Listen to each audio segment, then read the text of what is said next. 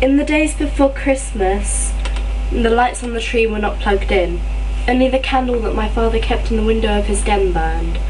He lit it after dark, but my mother, sister and brother had stopped leaving the house after 4 o'clock. Only I saw it. "There's a man outside," my brother shouted. He'd been playing skyscraper and it had yet to collapse. "He's got a suitcase." My father left her eggnog in the kitchen and came to the front of the house. Lindsay was suffering the mandatory presence in the family room that all holidays required. She and my father played Monopoly, ignoring the more brutal squares for each other's sakes. There was no luxury tax, and a bad chance wasn't recognised. In the front hall, my mother pressed her hands down along her skirt. She placed Buckley in front of her and put her arm on his shoulder. "Wait for the man to knock," she said. "Maybe it's Reverend Strick," my father said to Lindsay, collecting his $15 for winning second prize in a beauty contest. "For Susie's sake, I hope not," Lindsay ventured. My father held on to it, onto my sister saying my name. She rolled doubles and moved to Marvin Gardens. "That's $24, my father said, "but I'll take 10. "Lindsay," my mother called, "it's a visitor for you." My father watched my sister get up and leave the room. We both did. I sat with my father then. I was the ghost on the board. He stared at the old shoe lying on its side on the board. If only I could have lifted it up, made it hop from Boardwalk to Baltic, where I always claimed the better people lived. "That's because you're a purple freak," Lindsay would say. My father would say, "I'm proud I didn't raise a snob." "Railroads, Susie," he said. "You always liked owning those railroads." To accentuate his widow's peak and tame his cowlick, Samuel Heckler insisted on combing his hair straight back. This made him look, at 13 and dressed in black leather, like an adolescent vampire. "Merry Christmas, Lindsay," he said to my sister, and held out a small box wrapped in blue paper. I could see it happen. Lindsay's body began to knot. She was working hard, keeping everyone out, but she found Samuel Heckler cute. A heart, like an ingredient in a recipe, was reduced, and regardless of my death she was 13. He was cute, and he had visited her on Christmas Day. "I heard you made Gifted," he said to her, because no one was talking. "Me too." My mother remembered then, and she switched on her autopilot hostess. "Would you like to come sit?" she managed. "I have some eggnog in the kitchen." "That would be wonderful," Samuel Heckler said, and, to Lindsay's amazement and mine, offered my sister his arm. "What's that?"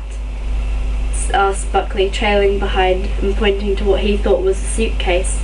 "An alto," Samuel Heckler said. "What?" asked Buckley.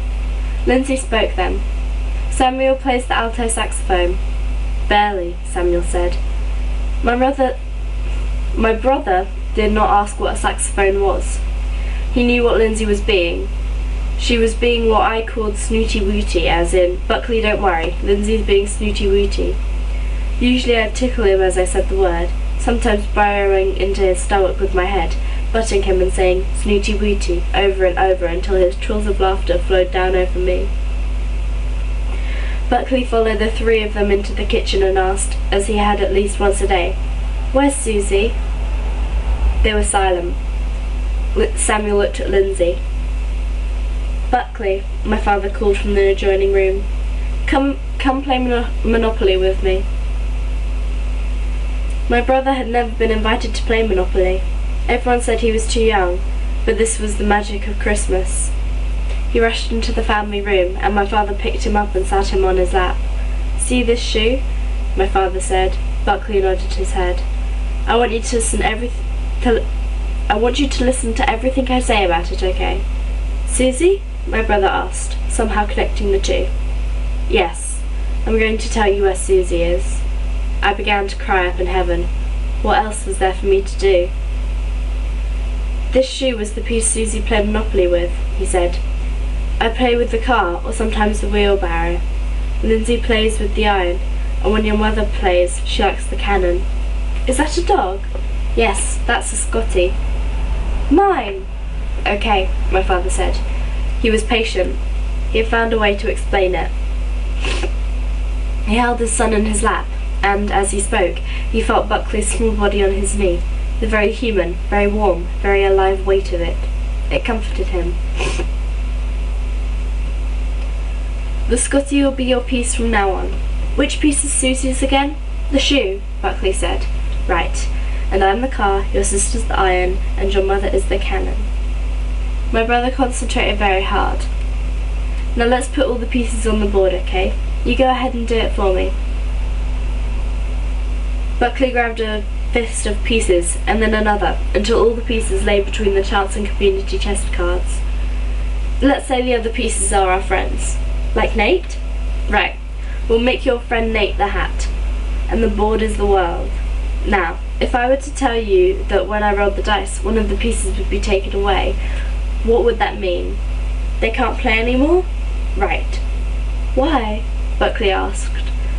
He looked up at my father. My father flinched. Why? My brother asked again. My father did not want to say because life is unfair or because that's how it is. He wanted something neat, something that could explain death to a 4-year-old. He placed his hand on the small of Buckley's back. Susie is dead, he said, now, unable to make it fit in the rules of any game. Do you know what that means? Buckley reached over with his hand and covered the shoe. He looked up to see if his answer was right.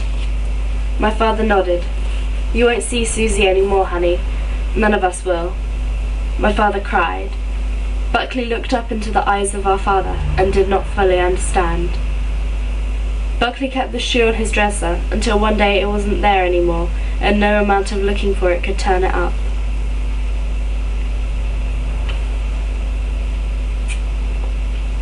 In the kitchen, my mother finished her eggnog and excused herself. She went into the dining room and counted silverware, methodically laying out the 3 kinds of forks and the knives and the spoons, making them climb the stairs, as she'd been taught when she worked in Wanamaker's bridal shop before I was born. She wanted a cigarette and for her children who were living to disappear for a little while. Are you going to open your gift? Samuel Heckler asked my sister. They stood at the counter, leaning against the dishwasher and the drawers that held napkins and towels. In the room to their right sat my father and brother on the other side of the kitchen. On the other side of the kitchen, my mother was thinking Wedgwood Florentine, Cobalt Blue, Royal Worcester, Mountbatten, Lennox, Eternal. Lindsay smiled and pulled at the white ribbon on top of the box. My mum did the ribbon for me, Samuel Heckler said. She tore the blue paper away from the black velvet box. Carefully she held it in her palm once the paper was off. In heaven, I was excited. When Lindsay and I played Barbies, Barbie and Ken got married at 16. To us, there was only one true love in everyone's life. We had no concept of compromise or retries. Open it, Samuel Heckler said. I'm scared. Don't be. He put his hand on her forearm and, wow, what I felt when he did that. Lindsay had a cute boy in the kitchen. Vampire, no. This was news. This was a bulletin. I was suddenly privy to everything. She never would have told me any of this stuff. What the box held was typical or disappointing or miraculous depending on the eye. It was typical because he was a 13-year-old boy, or it was disappointing because it was not a wedding ring, or it was miraculous. He'd given her half a heart. It was gold, and from inside his Huckapoo shirt he pulled out the other side. It hung around his neck on a rawhide cord. Lindsay's face flushed. Mine flushed up in heaven. I forgot my father in the family room, and my mother counting silver. I saw Lindsay move towards Samuel Heckler. She kissed him. It was glorious. I was almost alive again.